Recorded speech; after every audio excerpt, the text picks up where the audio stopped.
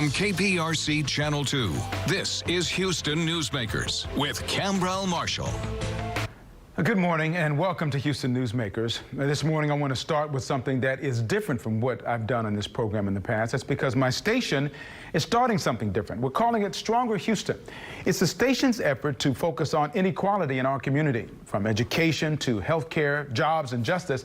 Our goal is to try to reveal the disparities where they exist and reporting on solutions to those problems. Our first story, reported by Roseanne Aragon, reveals a big gap in how the coronavirus is affecting two different communities that exist side by side, Gulfton and Bellaire. It's the sights and sounds of everyday people living everyday lives. And here in Gulfton, for Isamar Aragon, that's bread.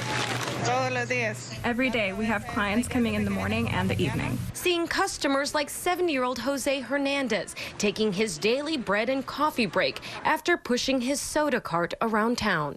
I come here every day, except Sunday. His smiling face says it all. I'm thankful to God for how well I have it. Because for many of his neighbors, each day is about survival. Our community, the majority, works in the service industry, and they are out providing you your food, cleaning the hospitals, the hotels, and doing the sanitation. And so they are at very, very high risk of getting infected with COVID. Sandra Rodriguez is a longtime resident and leader. As we talk to our neighbors, we hear what their challenges are. Made up of mostly minorities, 69% Hispanic, Gulfton is rich in culture, but dwindling in economic health. A lot of our families are making minimum wage and sometimes less. Maria Shire is a snapshot. I'm really worried because jobs are scarce and there's very little money. COVID has hit Gulfton hard, with more than 1,100 confirmed cases of COVID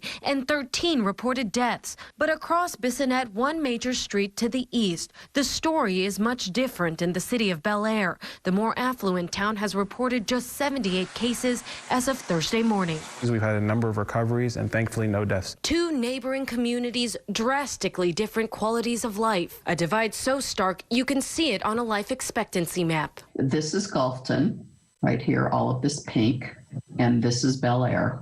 The Episcopal Health Foundation showed us this census data. Life expectancy in Bellaire is 87.4 years old. In Gulfton, 75.9, more than a decade difference. Gulfton's median household income, $26,000, compared to Bellaire's at $201,000. What the map really shows you is that geography does matter. If you live in a neighborhood that is very congested, where the quality of housing is not as high as other neighborhoods, where the job opportunities are not as great as in other neighborhoods, and where public safety and perhaps access to affordable fresh food, you simply don't have the opportunities to live a healthy lifestyle. In Bellaire, our primary and foremost objective has always been the protection of public health and safety. Today I got laid off. This Bellaire resident, whose wife works as a doctor, is confident they should be okay. I've got an interview tomorrow, so it's a good sign.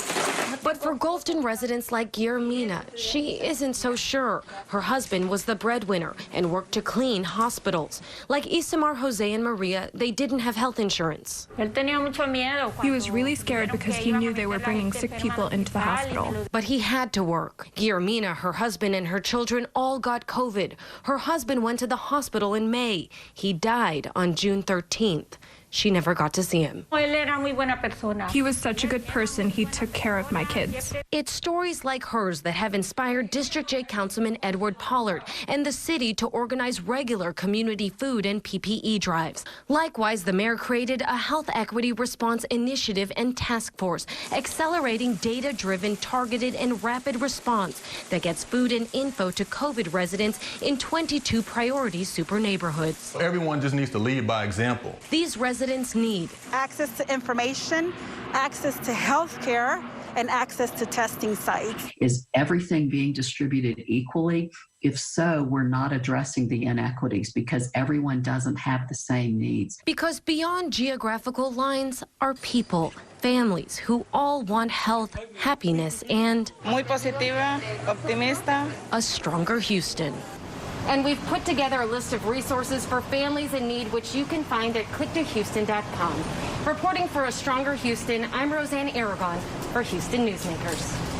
You heard Elena Marks and Roseanne's story. She is the president and CEO of the Episcopal Health Foundation and is keenly aware of the challenges of inequality between Gulfton and Bellaire areas. Elena, thank you for joining me this morning. We've talked about it. We see what the problem is. What's the main way to start finding a solution to this problem? One of the things we can do is make sure that when we are distributing resources, whether it's testing sites, whether it's funding for housing and other kinds of opportunities, that we make those investments where they're most needed. We have a history of treating everyone as if they're all the same, which is good in theory, except that they aren't all the same. And so we need to make investments in the communities that need it most. So, you know, as long as the haves and have-nots exist, it seems to me that this kind of divide will always exist. What's the alternative to that? You don't want to tell somebody they shouldn't be successful, they shouldn't live in a nice area. What's the alternative to that? The alternative to that is to lift up those who are at the bottom, to give them better opportunities. It's not a zero-sum game. It's not that if some people have more, others will have to have less.